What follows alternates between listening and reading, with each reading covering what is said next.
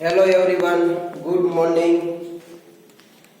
ચાલો, તો લાસ્ટ વિડીયોની અંદર આપણે જે મહત્વના ટોપિક હતા કે જે એમિનો એસિડ સંયોજનો છે એનું વર્ગીકરણ, અને મેં તમને કીધેલા કે એમાંથી તમને ઘણા બધા એમસીક્યુ પૂછવામાં આવે છે કે જે એમિનો એસિડ છે એમાંથી ઉદાહરણોની અંદર જોઈએ તો તટસ્થ એમિનો એસિડ કયા કયા છે, પછી એસિડિક કયા છે તો આપણે કીધેલું કે 2 એમિનો એસિડ છે એ એસિડિક પ્રકારના છે, 3 એમિનો એસિડ છે એ બેઝિક પ્રકારના છે, અને બાકી 20 માંથી વધેલા 15 એમિનો એસિડ છે એ તટસ્થ પ્રકારના છે.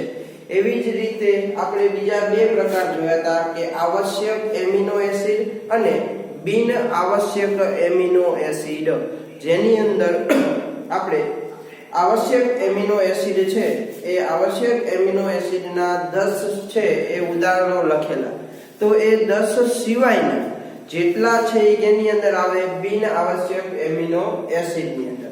અને છેલ્લે આપણે જો ચર્ચા કરી તો જ્વિટર આયન એટલે શું એની ચર્ચા કરેલી છે. તો આજે હવે એમિનો એસિડ છે એના વિન્યાસ વિશેની ચર્ચા હાલ કરવાની છે. એટલે આપણે જોઈએ કે એમિનો એસિડનો વિન્યાસ.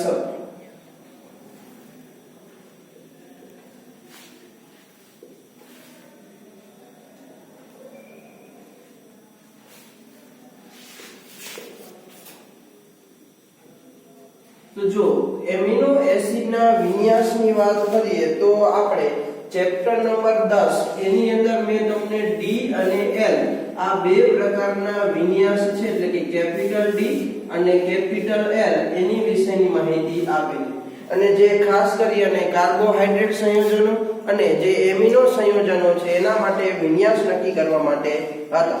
તો આપણે હાલ એની ચર્ચા કરવાની છે. તો આપણે એમિનો એસિડના બંધારણની વાત કરીએ તો કાલે જોયું છે એ પ્રમાણે એમિનો એસિડ છે એનું બંધારણ કંઈક આવા પ્રકારનું હોય.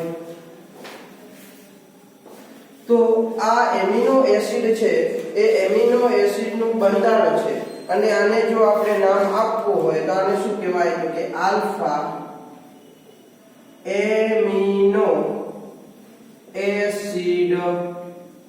તો જો આની અંદર આપણે જોવા જઈએ તો જે આ કાર્બન છે એ કાર્બનની 4 સંયોજકતા તમે જોવા જાઓ તો અહીંયા COOH, અહીંયા NH2, અહીંયા R અને અહીંયા H વડે સંતોષાયેલી છે. તો જે કાર્બનની 4 સંયોજકતા જુદા જુદા ક્રિયાશીલ સમૂહ વડે સંતોષાયેલી હોય એને શું કહેવામાં આવે તો કે કિરાલ કાર્બન કહેવામાં આવે છે. એનો મતલબ કે જે અહીંયા જે આપણે દોરેલું છે શું છે તો કે કિરાલ અણુ છે. એ કેવા પ્રકારનો અણુ છે તો કે કિરાલ અણુ છે. તો હવે એવું એક ઉદાહરણ લખીએ કે ચાલો R તરીકે જો હું H લઉં, બાકીનું બંધારણ છે as it is એમ નામ રાખીએ. તો જો આ જે અણુ આપણે દર્શાવ્યો છે એને શું કહેવામાં આવે છે તો કે એને કહેવામાં આવે ગ્લાયસીન. અને આ ગ્લાયસીન ની વાત કરીએ તો ગ્લાયસીન ની અંદર તમે જોવા જાવ તો એની અંદર એક શું છે H પરમાણુ. તો કાર્બનની 2 સંયોજકતા તો હાઇડ્રોજન વડે સંતોષાયેલી છે. તો જો આ એમિનો એસિડના અણુની અંદર કિરાલ કાર્બન આવેલો નથી, મતલબ આને શું કહેવામાં આવે તો કે અકિરાલ અણુ. તો જો આપણી પાસે 20 જેટલા કુદરતમાંથી મળતા એમિનો એસિડ છે, એમાંથી પહેલું જોયું glycine.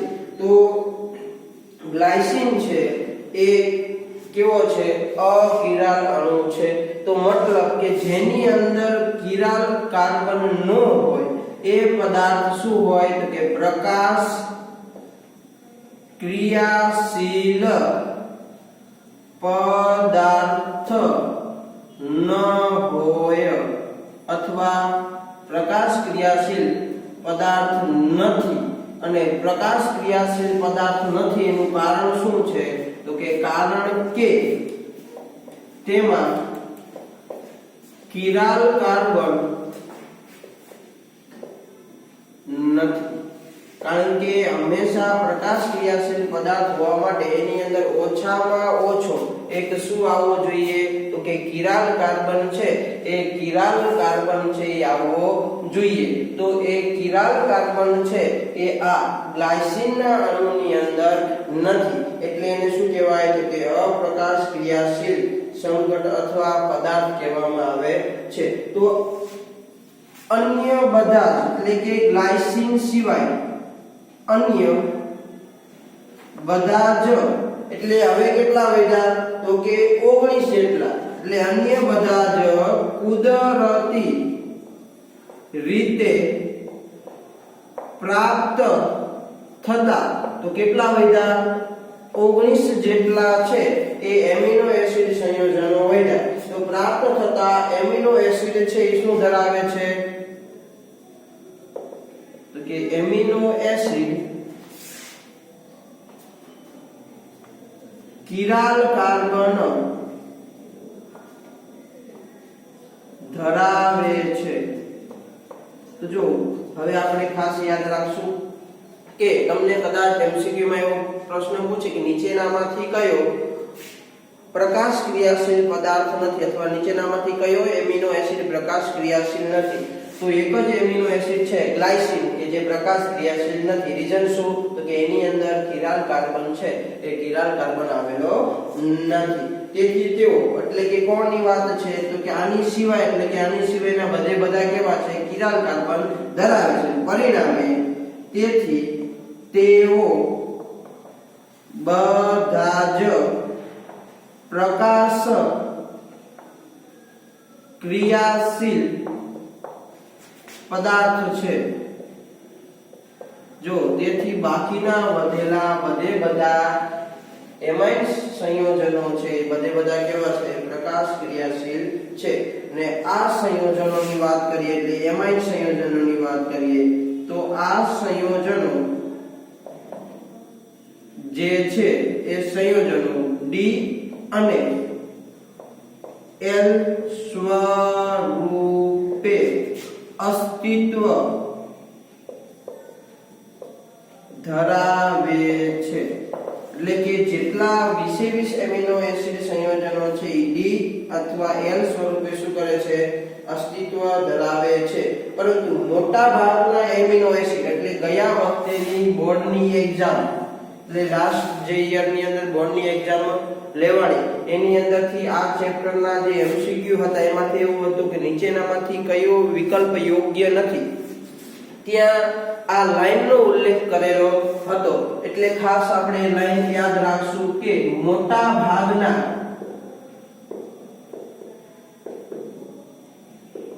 Amino acid capital L સ્વરૂપે જોવા મળે છે, જેમાં NH2 સમૂહ ડાબી બાજુ રાખી તેનું નિરૂપણ કરવામાં આવે છે. એટલે કે બધાને L સ્વરૂપમાં દર્શાવવા હોય તો આપણે જેમ 10મા ચેપ્ટરમાં ભણ્યા એમ કે L સ્વરૂપમાં ક્યારે દર્શાવી શકાય તો કે NH2 સમૂહ છે એ ડાબી બાજુ છે એ શું હોય આવેલો હોય તો એને શું કહેવાય તો કે L વિન્યાસ ધરાવતો ક્રિયાશીલ સમૂહ કહેવાય. તો હવે આપણે એનું સામાન્ય સૂત્ર છે એ સામાન્ય સૂત્રની વાત કરીએ તો COOH ચાલો અહીંયા જોઈએ તો અહીંયા ડાબી બાજુ છે એ NH2 સમૂહ છે એ દર્શાવીએ, નીચે આપણે છે R દર્શાવી દઈએ અને અહીંયા H દર્શાવી દઈએ તો આ શું થઈ ગયું એનું સામાન્ય સૂત્ર એટલે એમિનો એસિડનું L સ્વરૂપ દર્શાવવા માટેનું સામાન્ય સૂત્ર. ચાલો તો અહીંયા આપણે R ની કિંમત મૂકી અને લખીએ તો બાકીનું બધું છે એ ઇટ ઇઝ એમનામ આવવાનું R તરીકે. ચાલો અહીંયા H એમનામ, અહીંયા NH2 એમનામ, R તરીકે આપણે CH3 લઈએ તો કોષ્ટકની અંદર CH3 લીધેલું હોય R તરીકે તો એને શું કહેવામાં આવે La9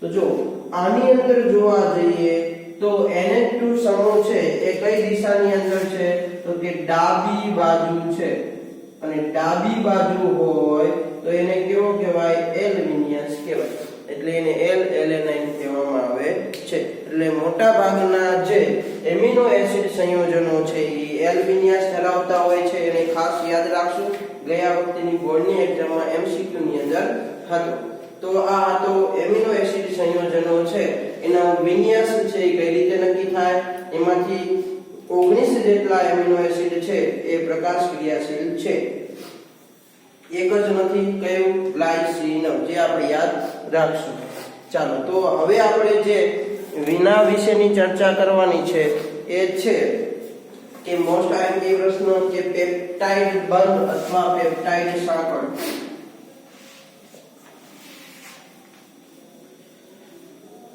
જેની અંદરથી પણ ઘણા બધા MCQ અથવા પ્રશ્ન સ્વરૂપે પણ એને પૂછી શકે છે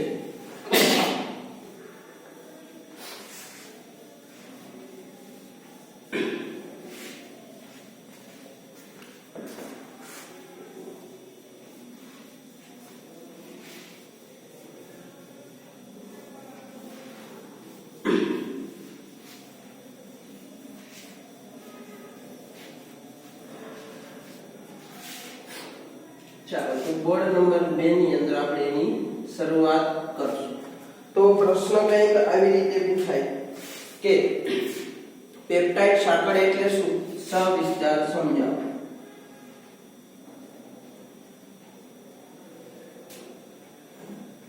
સાંકળ એટલે શું સવિસ્તાર સમજાવો જો આ પણ ઘણી બધી વખત પ્રશ્નો પૂછાઈ ગયો છે નાના ઉપરથી ઘણા બધા MCQ પણ આવી ગયા છે એટલે આપણે એને થોડુંક મહત્વ વધારે આપીએ તો ચાલો પહેલા તો પેપ્ટાઇડ બંધ કહેવાય કોને પેપ્ટાઇડ બંધ કેટલા કેટલા પ્રકારના હોય અને કઈ રીતે જે એમિનો એસિડ સંયોજનો છે એકબીજા સાથે જોડાય અને કઈ વસ્તુ દૂર થઈ અને પેપ્ટાઇડ બંધ બને છે એની વિશેની ડિટેલની અંદર આપણે માહિતી મેળવવાની છે એટલે આપણે ધીરે ધીરે જોતા જઈએ તો કે એક એમિનો એસિડના એટલે આપણે કોઈ બે એમિનો એસિડની વાત કરીએ અથવા એનાથી વધારે તો એક એમિનો એસિડના NH2 સમૂહ અને બીજા એમિનો એસિડના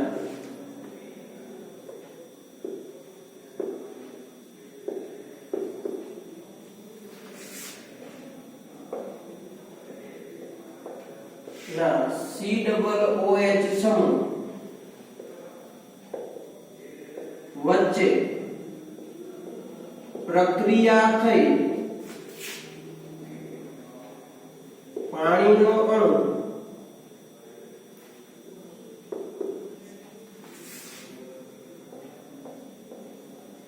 દૂર થઈ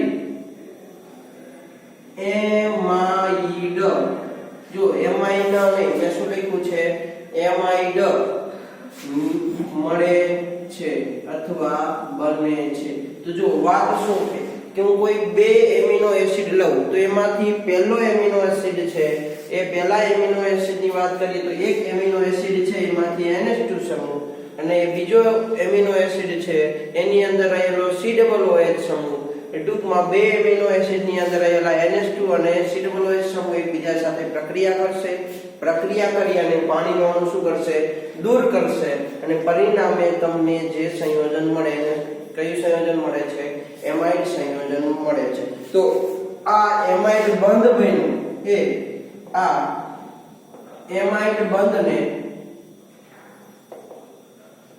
એટલે કયો બંધ તો કે CONH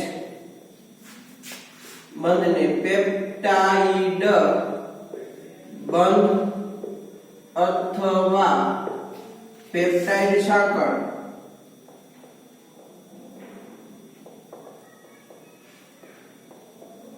કહે છે. તો પેપ્ટાઇડ બંધ એટલે શું? તો કે જે CONH આ બંને વચ્ચે પ્રક્રિયા થઈ પાણીનો અણુ દૂર થઈને જે બંધ બને છે એને શું કહેવામાં આવે? તો પેપ્ટાઇડ બંધ અથવા પેપ્ટાઇડ સાંકળ છે એ કહેવામાં આવે છે અથવા એના તરીકે ઓળખવામાં આવે છે. તો હવે કેટલા પ્રકારના આવા આપણને પેપ્ટાઇડ બંધ મળી શકે, બરાબર છે, અથવા કેટલા પ્રકારના પેપ્ટાઇડ મળી શકે એની આપણે ચર્ચા કરવાની છે. તો બે એમિનો એસિડ, પહેલી વાત કરીએ તો બે એમિનો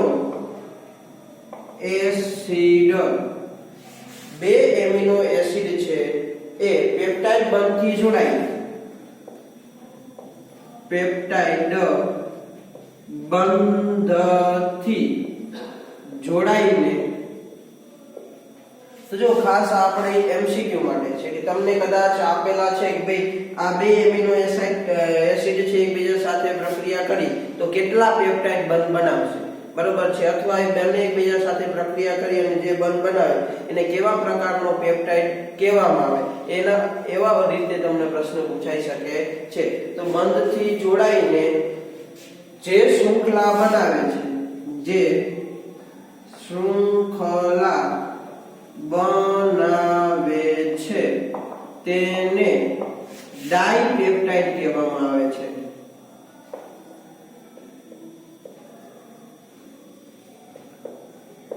એટલે આની અંદર બે એમિનો એસિડ હશે. હવે જોઈએ તો આપણે બીજા પ્રકારનો એમિનો એસિડ એટલે કે 3 એમિનો એસિડ પેપ્ટાઇડ બંધથી જોડાય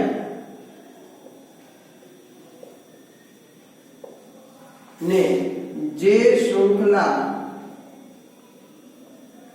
બનાવે છે તેને ટ્રાઈપેપ્ટાઇડ કહે છે. તેને શું કહેવામાં આવે? ટ્રાઈપેપ્ટાઇડ. ત્રણ એમિનો એસિડ છે એ ત્રણ એમિનો એસિડ એકબીજા સાથે બંધથી જોડાય અને જે શૃંખલા બનાવે એને શું કહેવામાં આવે? ટ્રાઈપેપ્ટાઇડ. અને 4 થી 10 જેટલા એમિનો એસિડ, હવે જોજો 4 થી 10 જેટલા, એટલે 4 થી 4 કે 5 હોઈ શકે, 5 થી 6 હોઈ શકે, પણ ટૂંકમાં 4 થી 10 જેટલા એમિનો એસિડ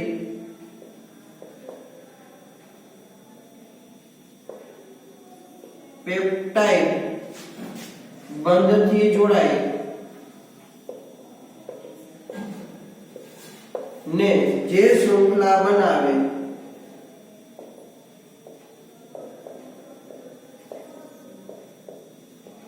તેને ઓલિગોપેપ્ટાઇડ કહેવામાં આવે છે. નામ યાદ રાખજો, ઓલિગોપેપ્ટાઇડ કહે છે. એટલે જો 4 અથવા 4 થી વધારે, 4 થી લઈ અને 10 સુધીમાં કોઈ પણ એમિનો એસિડ છે એકબીજા સાથે જોડાઈને જે સંયોજન બનાવે એને શું કહેવાય? ઓલિગોપેપ્ટાઇડ કહેવામાં આવે છે. અને છેલ્લી વ્યાખ્યા જોઈએ એટલે કે છેલ્લો પ્રકાર કે અનેક એમિનો એસિડ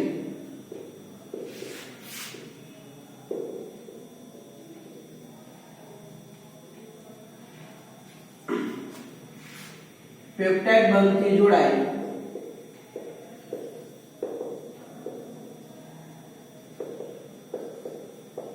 ને જે શૃંખલા બનાવે છે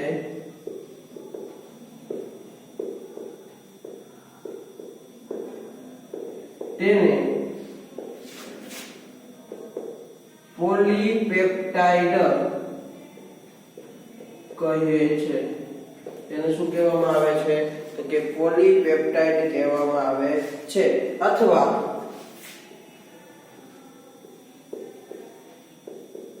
પ્રોટીન કહે છે. જો પ્રોટીનનું બંધારણ એટલે કે એમિનો એસિડ સંયોજનો છે એનું પોલિમરાઇઝેશન જે આપણે આગળ વાત કરેલી છે. તો આની અંદર કોને પોલીપેપ્ટાઇડ કહેવાય અને કોને પ્રોટીન કહેવાય? તો સામાન્ય રીતે જેના આરબીએસ ખાસ આપણે આટલા બે રીતે વિભાજિત કરશું કે સામાન્ય રીતે આણ્વીય દળ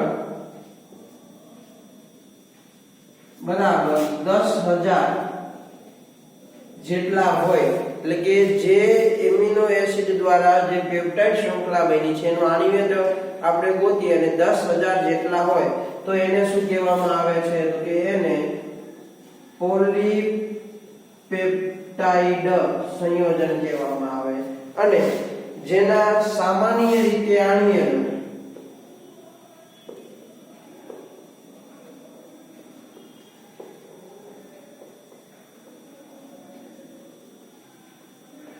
દળ 10,000 થી વધુ હોય એને શું કહેવામાં આવે? તો કે પ્રોટીન કહેવામાં આવે છે. તો હવે આપણે જે પેપ્ટાઇડ સાંકળ બને છે એમાં એમાઇડ બંધ એટલે કે પેપ્ટાઇડ બંધ કેટલા બને છે અને કઈ કઈ રીતે બનાવી શકાય એ આપણે પ્રક્રિયા દ્વારા છે એ બોર્ડ નંબર 3 ની અંદર આપણે ચર્ચા કરશું.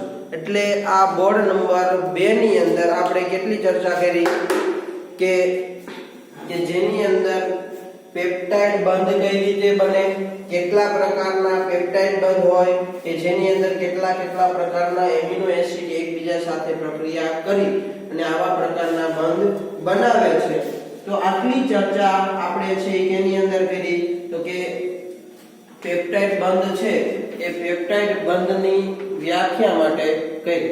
તો હવે આપણે જે છે એ જોવાનું છે એ શું છે? તો કે એ કઈ રીતે બને છે અને એના વચ્ચેની પ્રક્રિયા કેવી રીતની હોય છે. તો આપણે બોર્ડ નંબર 3 ની અંદર એની ચર્ચા કરીએ એટલે કે એની પ્રક્રિયા લખી. ભાઈ ડાયપેપ્ટાઇડ તો કઈ રીતે શૃંખલા તમને મળશે, કારણ કે એની દર્શાવવા માટેની પણ ચોક્કસ રીત હોય છે, એટલે એ રીત છે એ આપણે જળવાઈ રહેવી જોઈએ. એટલે તમને કદાચ 2 માર્ક ની અંદર કે 3 માર્ક માં પૂછી શકે કે ડાયપેપ્ટાઇડ નું ઉદાહરણ લખો, ટ્રાઇપેપ્ટાઇડ નું ઉદાહરણ લખો, તો તમને એ વખતે એ ઉદાહરણ સાથે લખતા આવડતું હોવું જોઈએ. તો એમાં કઈ કઈ બાબતનું આપણે ધ્યાન રાખવું જોઈએ. ચાલો તો હવે આપણે બોર્ડ નંબર 3 ની અંદર એની પ્રક્રિયા છે એની જોઈએ. તો ચાલો હું 2 પ્રકારના એમિનો એસિડ છે એ એમિનો એસિડ લઉં છું. એની અંદર આપણે ગ્લાયસિન છે એ ગ્લાયસિન લઈએ. તો ગ્લાયસિન છે એનું સૂત્ર જોઈએ તો NH2CH2COOH આવું પ્રકારનું થાય, કારણ કે એના R ની જગ્યાએ આપણે શું લેશું? H લેશું. બરાબર છે? એટલે એનું ગ્લાયસિન નું બંધારણ છે આવા પ્રકારનું થાય. બીજો અણુ લઉં છું, એ બીજો અણુ પણ હું ગ્લાયસિન નો જ લઉં છું. તો એનો અણુ અહીંયા દર્શાવું છું ભાઈ NH2CH2COOH. આપણે જે બંને લીધા છે શું લીધા છે? ગ્લાયસિન ના અણુ લીધા છે.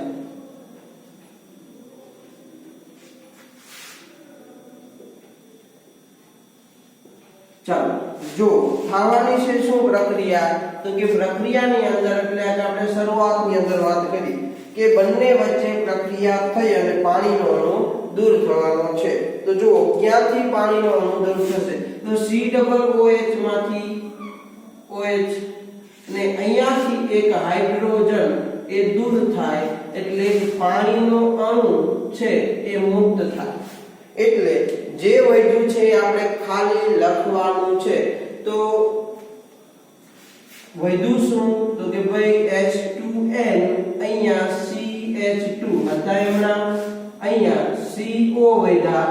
હવે આ બાજુ જોઈએ તો શું વધ્યું? તો કે ભાઈ NH આ બે જ વધ્યા, અહીંયા CH2COOH આવું સંયોજન તમને મળ્યું. તો આને કહેવાય શું? તો કે આનું નામ થાય ગ્લાયસાઇલ.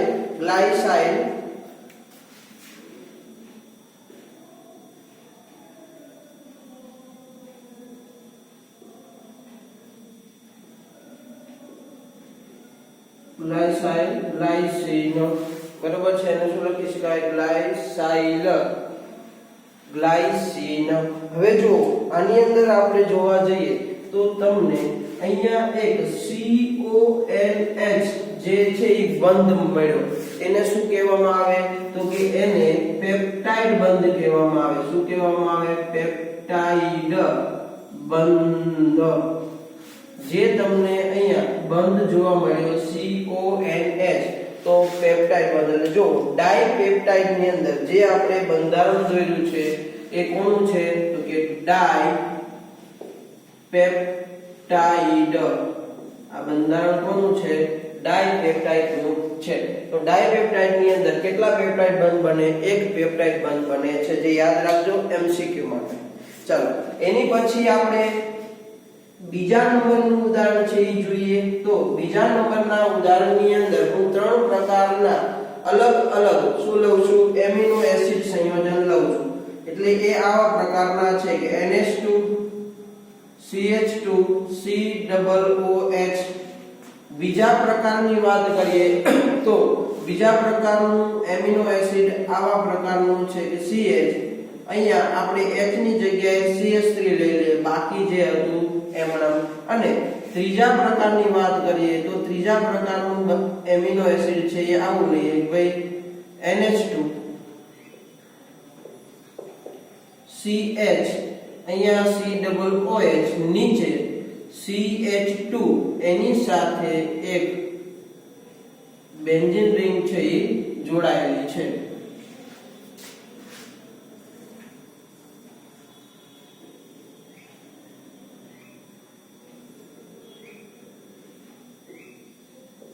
ચાલો તો આનું આપણે નામકરણ કરવા છે. તો નામકરણ શું થાય? તો પહેલાને તમે ઓળખો છો કારણ કે ઉપર જ લખ્યું ગ્લાયસીન. ચાલો આનું નામ આપણે હમણાં લખ્યું તો શું? એલેનાઇન. અને આને કહેવામાં આવે ફિનાઇલ એલેનાઇન. ચાલો જો આને 3 અક્ષરના નામમાં મારે દર્શાવવું હોય તો આને GLY કહેવાય, આને A કેપિટલ ALA કહેવાય, અને ઓલાને PHE કહેવાય. જે 3 અક્ષરના નામમાં જો દર્શાવવા હોય તો બરાબર છે. ચાલો તો આપણે 3 પ્રકારના અલગ અલગ શું લીધા તો કે એમિનો એસિડ લીધા. તો જો પહેલામાંથી OH, અહીંયાથી H, એવી જ રીતે અહીંયાથી OH, અહીંયાથી H. એટલે જે દૂર થવાના છે એની અંદર કુલ 2 પાણીના અણુ છે દૂર થશે. ચાલો તો ફાઇનલી સંયોજન તમને મળે એ કેવા પ્રકારનું સંયોજન મળે એની આપણે ચર્ચા કરીએ. તો જો એ સંયોજન આપણને આવા પ્રકારનું મળશે. તો એને આપણે અહીંયા દર્શાવીએ છીએ. તો જો વધુ શું તો કે H2N, અહીંયા CH2, અહીંયા CO, અહીંયા NH, એની સાથે CH, અહીંયા CO, આની સાથે CH3 એમના જોડાયેલા હતા. અહીંયા વધુ NH, અહીંયા CH, અહીંયા COOH, અને આની સાથે CH2, અને એની સાથે બેન્ઝીન રિંગ છે જોડાયેલી છે. તો આવા પ્રકારનું સંયોજન છે આપણને જોવા મળ્યું. તો આનું નામકરણ કરવું હોય તો શું થાય? આને કહેવાય ગ્લાયસાઇડ એલેનાઇન ફિનાઇલ એલેનાઇન. જો આ એનું શું થાય? નામ. અને જો એના શોર્ટ ની અંદર લખવું હોય તો GLY અને PHA આવી રીતે લખી શકો છો. તો જો આની અંદર જોવા જાવ તો અહીંયા એક COONH બન્યો બંધ, અને અહીંયા એક CONH બંધ બન્યો. તો આ બે બંધને શું કહેવામાં આવે તો કે પેપ્ટાઇડ બંધ છે એ કહેવામાં આવે છે. તો આના માટે આ બંને બંધ શું છે તો કે પેપ્ટાઇડ બંધ. અને જે આપણે આ બંધારણ દોર્યું છે એટલે પ્રક્રિયા લખી છે એના માટે છે ટ્રાઇપેપ્ટાઇડ માટે. આ કેના માટે છે? ટ્રાઇપેપ્ટાઇડ માટે. તો આપણે અહીંયા એક નાના એવડા ભાગની અંદર પોલીપેપ્ટાઇડ માટેનું બંધારણ છે એ મારે દોરવું છે. તો પોલીપેપ્ટાઇડ એટલે આપણે બધાને જનરલી એની અંદર સમાવેશ કરી શકીએ એવું બંધારણ. તો પોલીપેપ્ટાઇડ માટે તમે આવી રીતે છે એ દર્શાવી શકો છો કે અહીંયા શું આવશે? NH, પછી અહીંયા તો કે CH, એની સાથે શું જોડાયેલો? R, અહીંયા પાછો CO, જેને આપણે કૌંસમાં લખશું. આવા N અણુઓ છે એ તમને મળશે. અને આના બરાબર તો કે પછી NH, અહીંયા CH, નીચે R, અહીંયા COOH. તો આને શું કહેવામાં આવે? પોલીપેપ્ટાઇડ અથવા પ્રોટીન.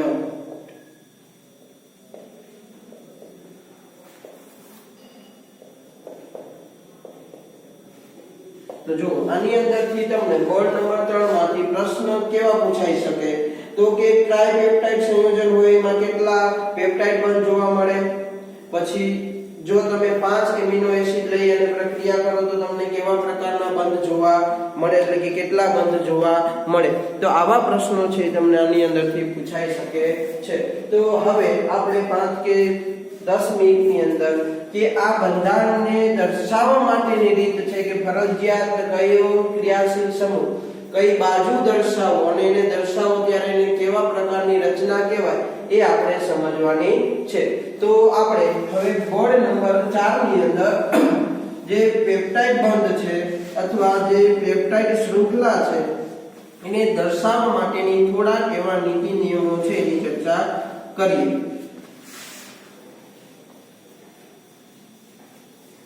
અને એમાંથી એક ZEE ની અંદર પૂછાતો પ્રશ્ન છે એની પણ ચર્ચા કરીએ કે આટલા પ્રકારના હોય તો તમને કેટલા અલગ અલગ પ્રકારના પેપ્ટાઇડ સંયોજનો અથવા પેપ્ટાઇડ બંધ મળી શકે છે.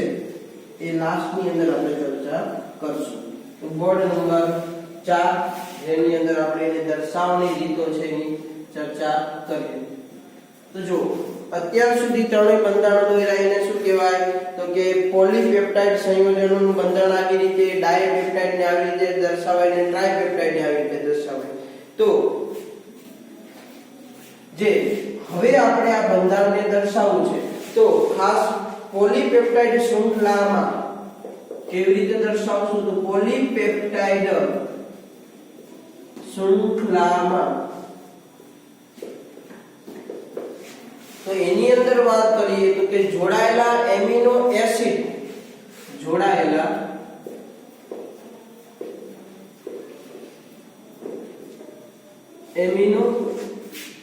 અને એસિડ સમૂહ,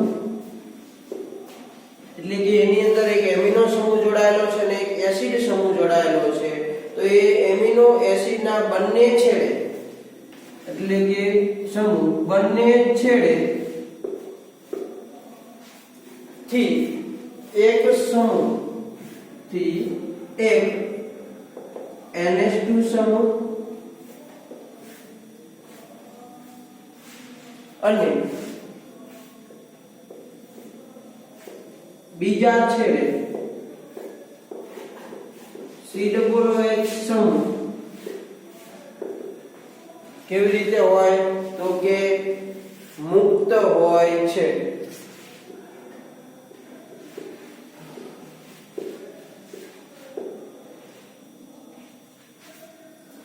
તો જો જે આપણે બંધારણો આપણે એમિનો એસિડના જે પેપ્ટાઇડની શૃંખલા જોઈ તો તમે એની અંદર જોયું હતું કે ફરજિયાત એક છેડે NH2 સમૂહ મુક્ત હતો, એટલે કે એને કોઈની સાથે પ્રક્રિયા નહોતી કરી, અને લાસ્ટની અંદર આપણે અહીંયા COOH સમૂહ લખ્યો હતો, એટલે કે એસિડ સમૂહ હતો એ મુક્ત હતો, કોઈની સાથે પ્રક્રિયા કરી નથી. તો પેપ્ટાઇડ બંધ છે એની દર્શાવવાની સરળ પ્રણાલી મુજબ જોવા જઈએ તો આવી રીતે ફરજિયાત દર્શાવવાનું થશે કે પેપ્ટાઇડ બંધની દર્શાવવાની સરળ પ્રણાલી મુજબ NH2 સમૂહ ને જે NH2 સમૂહ છે એ NH2 સમૂહને એટલે કે Mn2 સમૂહવાળા છેડાને જે પેપ્ટાઇડ શૃંખલા છે એ છેડાને પેપ્ટાઇડ શૃંખલામાં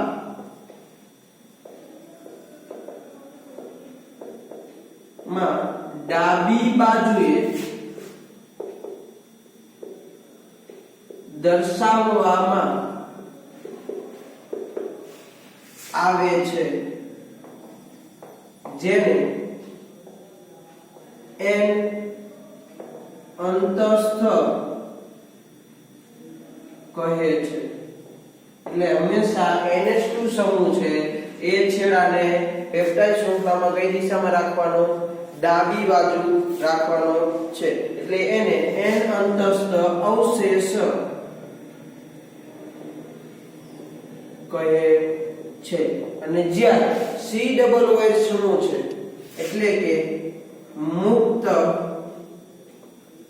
COOH સમૂહવાળા છેડાને જમણી બાજુ દર્શાવવામાં આવે છે, જેને C અંતસ્થ અવશેષ કહે છે. એને શું કહેવામાં આવે છે? C અંતસ્થ અવશેષ. ચાલો તો એના માટે આપણે ઉદાહરણ જોઈએ.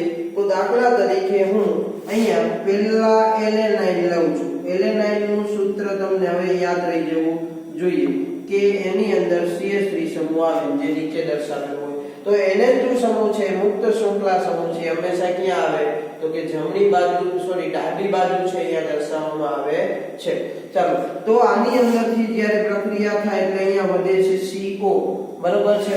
ચાલો એને આપણે અહીંયા દર્શાવીએ. અહીંયા NH, અહીંયા ગ્લાયસીન લઈએ એટલે અહીંયા CH2 આવે, અહીંયા CO, અને અહીંયા આપણે ફિનાઇલ એલેનાઇન લઈએ એટલે આપણને બંધારણ છે એ આવા પ્રકારનું મળે. એટલે કે ફાઇનલી જે પેપ્ટાઇડ શૃંખલા છે એ પેપ્ટાઇડ શૃંખલા તમને આવા પ્રકારની મળવાની છે, બરાબર છે. ચાલો તો આની અંદર જોવા જઈએ તો શું છે? તો કે એલેનાઇન એટલે કે તમને જે સંયોજન મળ્યું EL AL પછી GLY અને ફિનાઇલ એલેનાઇન છે એટલે PHE, આ ત્રણેયનું કોમ્બિનેશન છે. ચલો આ છે એ કેવો છે? ટ્રાઇપેપ્ટાઇડ. જરૂરી નથી કે આપણે અહીંયા દર્શાવ્યો તો એ જ ક્રમ હોવો જોઈએ. એમિનો એસિડ છે એમાં પહેલા તમે કોઈ પણ એમિનો એસિડ છે એ લઈ શકો છો. તો જો આની અંદર વાત કરીએ તો આ ભાગ છે જેને હું અહીંયાથી દર્શાવું છું, આ ભાગને શું કહેવામાં આવે?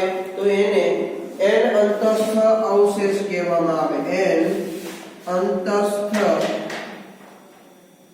અવશેષ કહેવામાં આવે છે. અને જે એલેનાઇન માંથી બનેલો હોય, કેમાંથી બનેલો છે?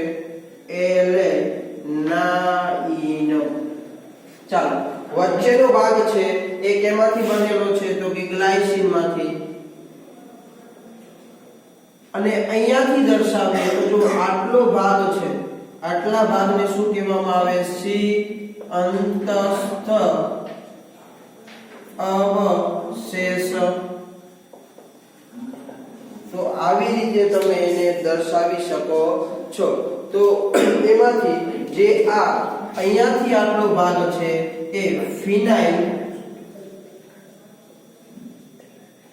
એલેનાઇન છે, એ ફિનાઇલ એલેનાઇન માંથી બનેલો છે.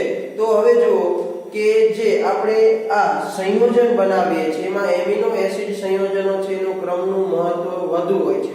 એટલે આપણે એના ઉપરથી મેં કીધું એ JEE નો પ્રશ્ન પૂછાય છે તો કઈ રીતે જોઈએ? તો દાખલા તરીકે જોઈએ તો પેપ્ટાઇડ શૃંખલામાં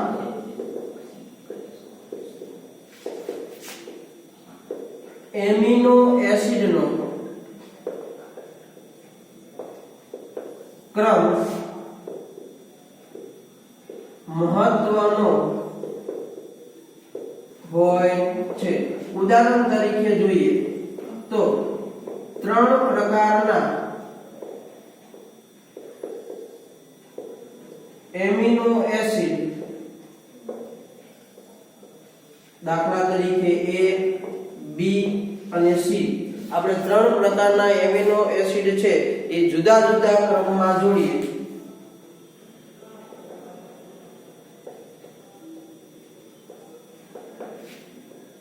જોડતા આપણને હવે જો જે નિપજ મળે છે એ 6 પ્રકારની જુદી જુદી ટ્રાઇપેપ્ટાઇડ શૃંખલા મળે. જોડતા 6 પ્રકારની જુદી જુદી ટ્રાઇપેપ્ટાઇડ શૃંખલા મળે છે. કઈ કઈ 6 એ જોતા જઈએ તો દાખલા તરીકે પહેલા હું A પ્રકારનો એમિનો એસિડ છે એને પહેલા રાખું, એની સાથે B જોડાય, એની સાથે C જોડાય. એવી જ રીતે બીજી શક્યતા બને A સાથે પહેલા C અને એની સાથે B, તો A ને પહેલા રાખી તો તમને 2 પ્રકારની મળી. ચાલો એવી જ રીતે ત્રીજા માટે જોઈએ તો B ને પહેલા દર્શાવીએ એટલે પછી A ને દર્શાવીએ એટલે B એ C પ્રકારની મળે. ચોથા પ્રકારની વાત કરીએ તો B એમના B C A પ્રકારની મળે. એવી જ રીતે પાંચમાની વાત કરીએ તો 5 માની અંદર C A B પ્રકારની અને છઠ્ઠાની અંદર વાત કરીએ તો C B A પ્રકારની. તો જો A B C શું દર્શાવે છે તો કે આવા જુદા જુદા એમિનો એસિડ દર્શાવે છે. દાખલા તરીકે એલેનાઇન, ગ્લાયસિન અને ફિનાઇલ એલેનાઇન, તમે જો A તરીકે એલેનાઇન, B તરીકે ગ્લાયસિન અને C તરીકે ફિનાઇલ એલેનાઇન લીધું તો તમે જો આટલી રીતે એના ક્રમ બદલાવી અને તમે અલગ અલગ પ્રકારના શું બનાવી શકો છો, ટ્રાઇપેપ્ટાઇડ શૃંખલા છે એ બનાવી શકો છો. તો એની અંદર આપણે જોઈ શકીએ આનો ક્રમ જેમ બદલાતો જશે એમ આ જે ટ્રાઇપેપ્ટાઇડ છે એ શૃંખલા છે તમને જુદી જુદી મળશે, પણ વધુ કેટલી મળશે? 6. એટલે આ JEE નો પ્રશ્ન છે કે જેની અંદર તમને એવું કે આટલા પ્રકારના એમિનો એસિડ છે અને એને જુદી જુદી રીતે આપણે શૃંખલામાં ગોઠવવાના છે, તો એની આ 6 શક્યતાઓ છે રહેલી છે. અહીંયા મેં ABC લખ્યા છે, તમારે ત્યાં તમારી રીતે ઉદાહરણ લેવાના રહેશે. તો આપણે અહીંયા સુધી આજે રાખીએ છીએ કે એમિનો એસિડ છે એની જે માહિતી હતી એમાં પેપ્ટાઇડ પણ જે મોસ્ટ આઈએમપી પ્રશ્ન છે કે રીતે MCQ પૂછાય એ બધી જ ચર્ચા આપણે આજે કરી છે. તો કાલે નવા ટોપિક સાથે મળશું.